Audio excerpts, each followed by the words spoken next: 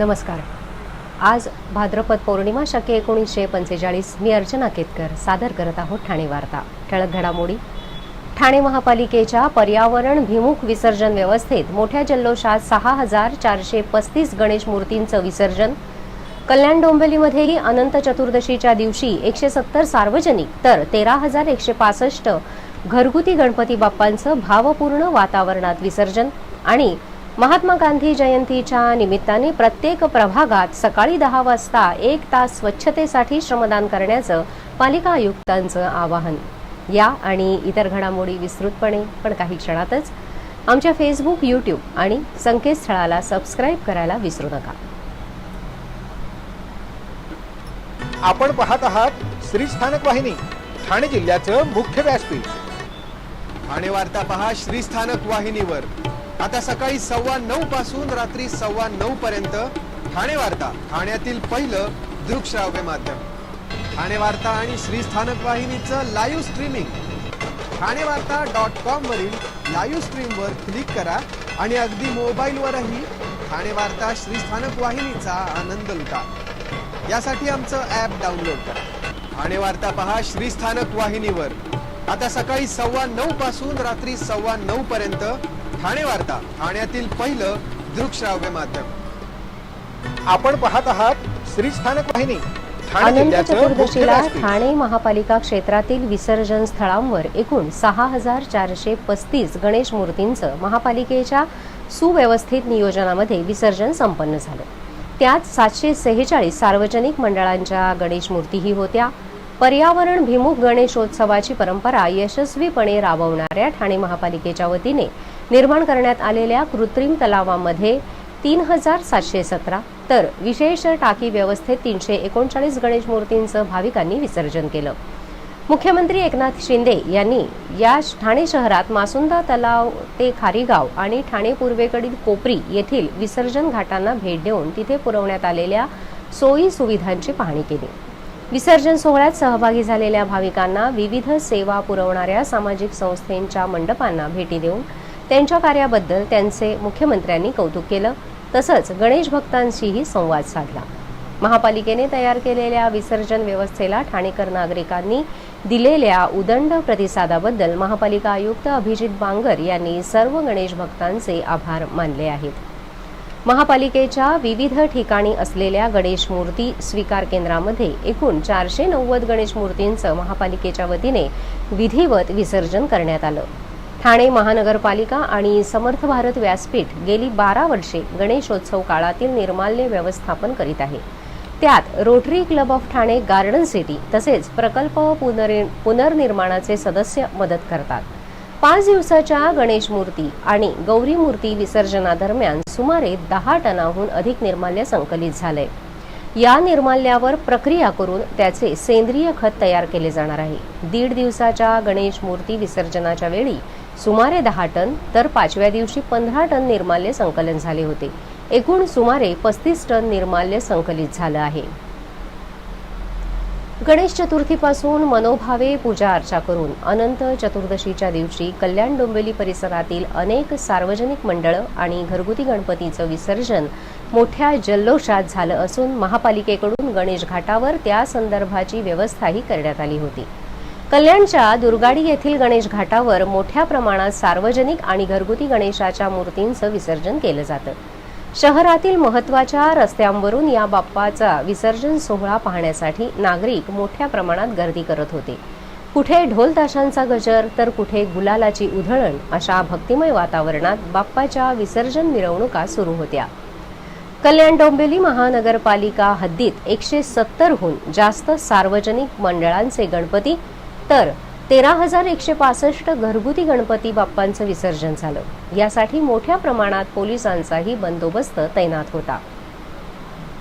महात्मा गांधी जयंती निमित्त 1 ऑक्टोबर रोजी ठाणे महापालिका क्षेत्रातील प्रत्येक वॉर्डमध्ये सकाळी 10 वाजता स्वच्छतेसाठी 1 तास श्रमदान करण्यात येणार आहे। या अभियानात सर्व ठाणेकरांनी मोठ्या संख्येने सहभागी व्हावं असं आवाहन महापालिका आयुक्त अभिजित बांगर यांनी केलं आहे। महात्मा गांधी जयंती निमित्त पंतप्रधान नरेंद्र मोदी यांनी देशवासियांना स्वच्छता ही सेवा हे अनोखे अभियान जाहीर केले आहे। हे अभियान राज्यात मोठ्या उत्साहाने साजरे करण्याचे निर्देश मुख्यमंत्री एकनाथ शिंदे यांनी दिले आहेत. त्यानुसार रविवार 1 ऑक्टोबर रोजी प्रत्येक वॉर्डमध्ये सकाळी 10 वाजता स्वच्छतेसाठी 1 तास श्रमदान करण्यात येणार आहे. स्वच्छतेसाठी जे जे करता येईल ते करावे आणि स्वच्छतेसाठी मारक ठरेल ते करू नये हे मध्यवर्ती सूत्र सगळ्यांनीच लक्षात ठेवावं, असं आयुक्त बांगर यांनी स्पष्ट केलं. त्याचबरोबर उपक्रम समन्वयक यांनी स्वच्छतेसाठी जागाही निश्चित करावी. नागरिक लोकप्रतिनिधी यांच्या सहभागाची संख्या लक्षात घ्यावी. लोकप्रतिनिधी, सेवाभावी आणि स्वयंसेवी संस्था यांच्याशी प्रत्यक्ष संपर्क साधावा. या उपक्रमामुळे आपण निवडलेल्या जागेत दृश्य स्वरूपात फरक जाणवला पाहिजे, अशी 5 सूत्रे आयुक्त बांगर यांनी आखून दिली आहेत. सफाई कर्मचाऱ्यांनी जसे काम करावे अशी आपल्याला अपेक्षा असते, तसंच काम आपण सगळ्यांनी रविवारी प्रत्यक्ष करूया. श्रमदान मोहीम राबवताना सगळे एक समान असतील, त्यात कोणी वरिष्ठ किंवा कनिष्ठ असा भेद नसेल, त्याची जाणीव ठेवून सगळेच काम करतील, अशी अपेक्षाही आयुक्त बांगर यांनी व्यक्त केली आहे. स्वच्छता ही सेवा अभियानाच्या आयोजनाबाबत महापालिकेची तयारी सुरू आहे.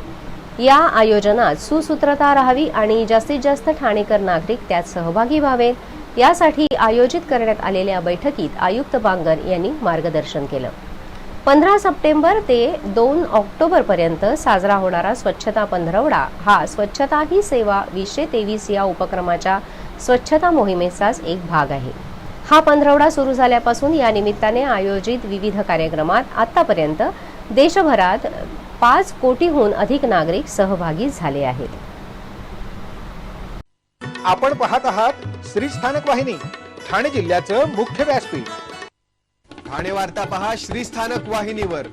आता सकाळी 9:15 पासून रात्री 9:15 पर्यंत ठाणे वार्ता, ठाण्यातील पहिलं दृकश्राव्य माध्यम.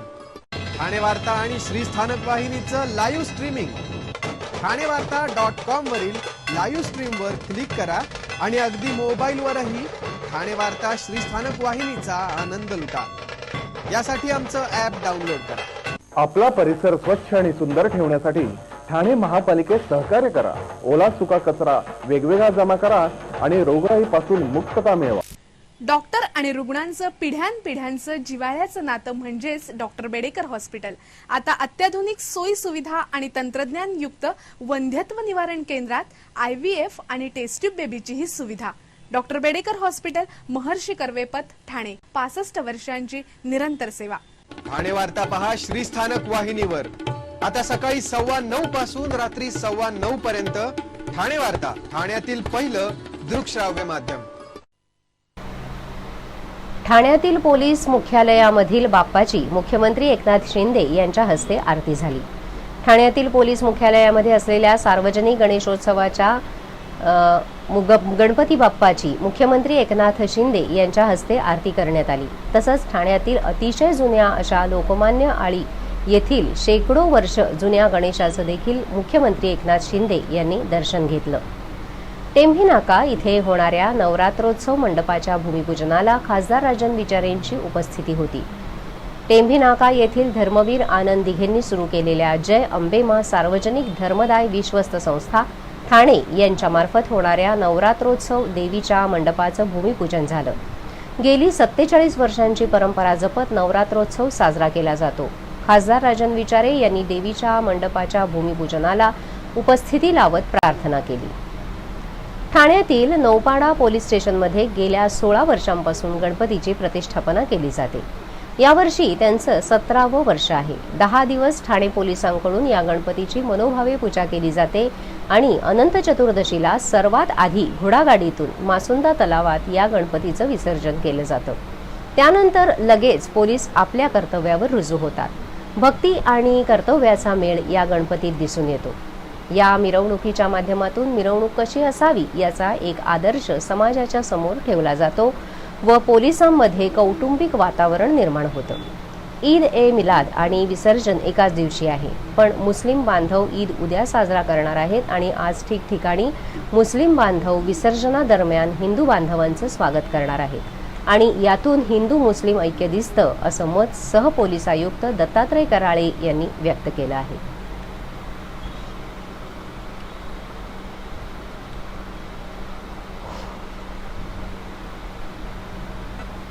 आपण पाहत आहात श्री स्थानक वाहिनी ठाणे जिल्ह्याचं मुख्य व्यासपीठ. ठाणे वार्ता पहा श्री स्थानक वाहिनीवर. सर्व नागरिकांना आवाहन करण्यात येत आहे की सध्या डासांमार्फत पसरणाऱ्या डेंग्यू या आजाराचा प्रसार रोखण्यासाठी प्रत्येकाने पुढील प्रमाणे कार्यवाही करावी. डेंग्यू आजार एडिस इजिप्ती हा डास चावल्याने होतो. या डासांची पैदास साचलेल्या किंवा साचवलेल्या स्वच्छ पाण्यामध्ये होते. 8 दिवसांपेक्षा जास्त दिवस पाणी उघडे व साचून राहिल्यास त्यात डास अंडी घालतात. अंड्यांच्या अळ्या तयार होऊन पुढे डास तयार होतात. यासाठी आपल्या घरातील पाणी साठे उदाहरणार्थ बॅरल्स, पिंपे, टाक्या, हौद, रांजणे इत्यादी दर आठवड्याला रिकामे करून घासून पुसून कोरडे करून पुन्हा भरावे. 1 दिवस कोरडा दिवस म्हणून पाळावा. पाणी साठ्यांना घट्ट झाकणे बसवावीत किंवा जुनी साडी, चादर, धोतर यांनी बांधून झाकून ठेवावीत, म्हणजे डास त्यात जाऊन अंडी घालणार नाहीत. घराच्या गच्चीवर, आजूबाजूला, अंगणात कोठेही पाणी साचू देऊ नये. भंगार सामान उघड्यावर टाकू नये. उदाहरणार्थ टायर्स, प्लास्टिक सामान, कुंड्या, टाकाऊ वस्तू इत्यादी. अशा सामानात पावसाचे पाणी साठून त्यात डेंग्यूच्या डासांची पैदास होते. घरातील कूलर्स, फ्रीजच्या पाठीमागील ट्रे हे देखील वेळोवेळी कोरडे करावेत. लक्षात ठेवा, नुसत्या फवारणीने डास घनता कमी होत नाही, तर त्यासाठी डास पैदास ठिकाणे नष्ट करणे ही आपल्या सर्वांची जबाबदारी आहे. कोणताही ताप अंगावर न काढता जवळच्या शासकीय रुग्णालयात मोफत औषधोपचार घ्या. अशा प्रकारे नागरिकांनी सहकार्य केल्यास डेंग्यूचा प्रसार रोखणे सहज शक्य आहे. आपण आपले कार्यक्रम अथवा बातम्या आम्हाला thanevarta@gmail.com या आमच्या ईमेलवर कळवू शकता. ठळक घडामोडी शेवटी पुन्हा एकदा. ठाणे महापालिकेच्या पर्यावरणभिमुख विसर्जन व्यवस्थेत मोठ्या जल्लोषात 6435 गणेश मूर्तींचं विसर्जन. कल्याण डोंबिवलीमध्येही अनंत चतुर्दशीच्या दिवशी 170 सार्वजनिक तर 13165 घरगुती गणपती बाप्पांचं भावपूर्ण वातावरणात विसर्जन. आणि महात्मा गांधी जयंतीच्या निमित्ताने प्रत्येक प्रभागात सकाळी 10 वाजता 1 तास स्वच्छतेसाठी श्रमदान करण्याचं पालिका आयुक्तांचं आवाहन. या होत्या ठाणे वार्ता. आपली एखादी बातमी बघायची राहून गेली असेल तर आपण आमच्या thanevarta.in या संकेतस्थळाला किंवा फेसबुक पेज तसंच यूट्यूब चॅनलला अवश्य भेट द्या. तर मग पुन्हा भेटूया पुढील बातमीपत्रात फक्त श्री स्थानक वाहिनीवर. धन्यवाद.